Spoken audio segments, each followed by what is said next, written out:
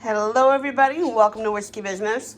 I'm really excited about this dish tonight because one, I've never made it, so if you're making it for the first time, so am I. We're gonna see how it goes. But two, I got this recipe from a good friend of mine, Liz Coastal.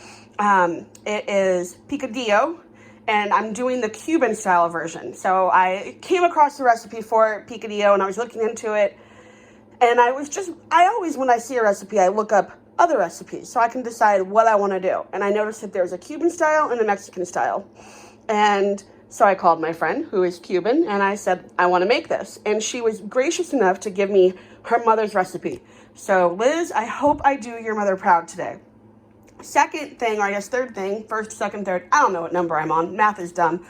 If you're doing the Cuban style, what I think I've noticed is the difference between the Cuban style and the Mexican style is the Cuban style has olives, potato, let me point to the potato, and raisins. And I asked her, are the raisins really necessary?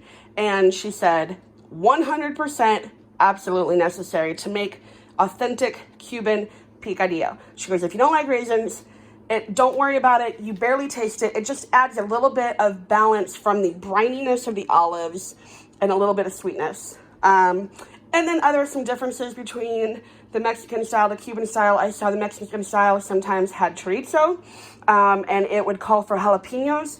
But this recipe calls for Worcestershire, and it says hot sauce, but I have, or Tabasco, and I have Frank's extra red hot, so I hope that works. So you're gonna need all of that. Like I said, a potato, an onion, garlic, either crushed tomatoes or tomato sauce, raisins. I bought this bag of raisins because I don't have kids, so why would I need raisins? Not knowing that, look how teeny tiny that is. You only need like a fourth to a half of a cup. So I'm gonna need to open a few of those. But again, if you don't like raisins, you're only gonna have like one or two in your portion, and they kind of blend down. They just add a bit of sweetness. So just use them. I'm gonna use them, so just use them. And then for garnish, oh, I forgot, you're gonna need a bell pepper. Like I said, olives, the green olives with the pimentos. I have 2 pounds, I got another pound somewhere here, of lean ground beef. I've got 96%, use whatever you like. And then her mother's recipe to garnish calls for a hard-boiled egg, peas, and pimentos. And what my friend Liz says is she gets a giant dish, puts the dish in it, and then she has a little bowl filled with the peas, another one with the pimentos, and another one with the hard-boiled egg, so that your guests can garnish it how they like. So that's what I'm gonna do. And of course, wouldn't be whiskey business without my whiskey. Tonight we are drinking Basil Hayden. Happens to be one of my husband's favorites. This was a gift given to him recently, which means it was a gift given to me. So that is what we are sipping on.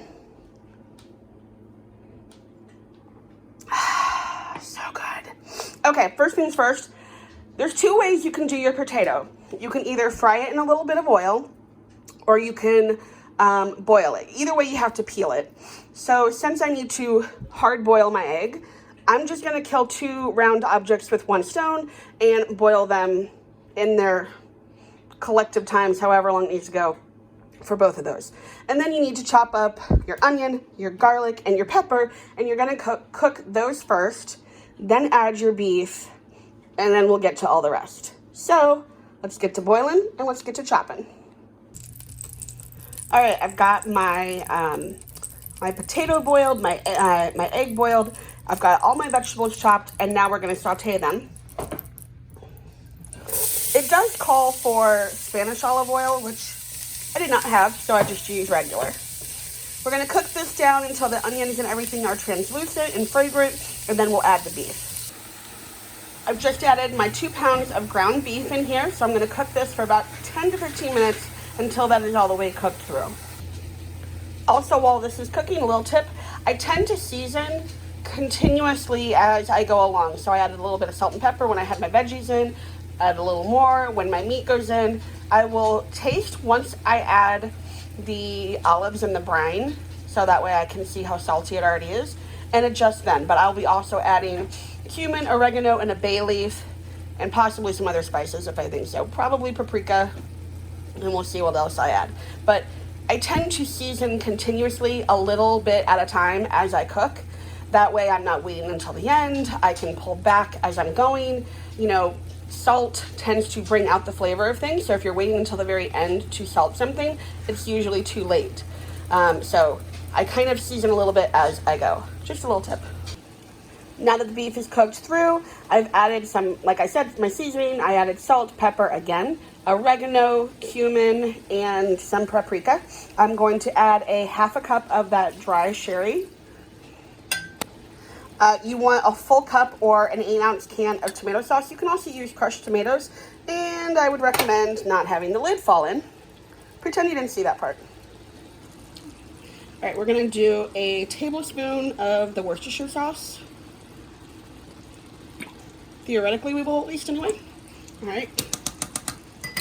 And a full teaspoon of the hot sauce. And if I can get it in the little, yeah, let's just squirt. And I might adjust that as well and add some more if I feel like it needs it. Along with all that liquid, I also added my bay leaf, or at least part of my bay leaf, because pieces of my bay leaf, because it's getting down to the little broken pieces. I need to get some more. We're going to cook this for about 15 to 20 minutes. You want to kind of let that liquid burn off and cook off. And then we will be adding our raisins, our olives, and our potato. And then that'll be pretty much it. And then we can add the raisins, cook that for a little bit longer, and then we'll serve it with the garnish. I'm also going to cook this along with, I believe traditionally you can serve this over either rice, mashed potatoes, or like a mashed plantain. I'm gonna do this over cauliflower rice just because I want to save some of the carbs. But you do what you think would taste best. All right, now that the liquid has pretty much evaporated, we're going to add our potatoes. And again, you could have fried these. I boiled them, which it also gave the option to do.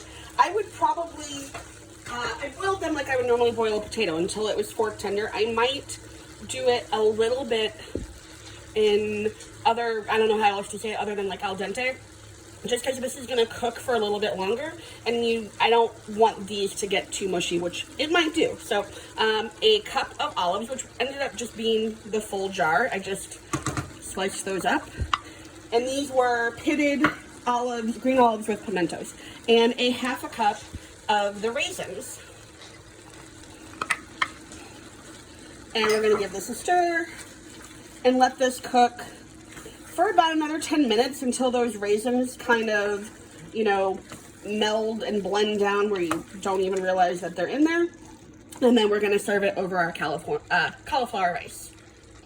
Okay, I was getting all of my garnishes ready, and I'm getting ready to peel my hard-boiled egg. And if you are like every other person in the world, this is a nightmare because it is hard to do. And I tried the spoon trick. Just give it a few cracks, and you take your spoon and you run it along the shell. And I mean, that was my only little problem, and I think I just cracked it too hard. But it is perfectly peeled, so try that. I'm going to dice this up and get ready to garnish. And there's the final product. We have our Cuban style, an authentic Cuban style, given to me by my Cuban friend, Liz Coastal. Shout out to, again, my friend Liz. This is Cuban style picadillo, and as her mother's recipe said, you garnish with sweet peas, pimentos, and a hard-boiled egg. So she always suggests whenever she serves this for family or friends, she just puts this in a big platter and puts the garnishes in little bowls so that people can garnish as they so like. So here is with our of course our whiskey in the background. This is our Cuban style picadillo. I hope you try it. I hope you like it. I just tried it for the first time and it is delicious. It's that perfect balance of that salty brininess with the olives and the savoriness, and then that little bit of hint of sweetness from the raisins. So I hope you like it. I hope you try it. Of course, comment on what you like, what you don't like. If I should try the Mexican style next time, what you want me to make next time. And of course, hit that little follow button, the little bell for notifications. And we will see you next time.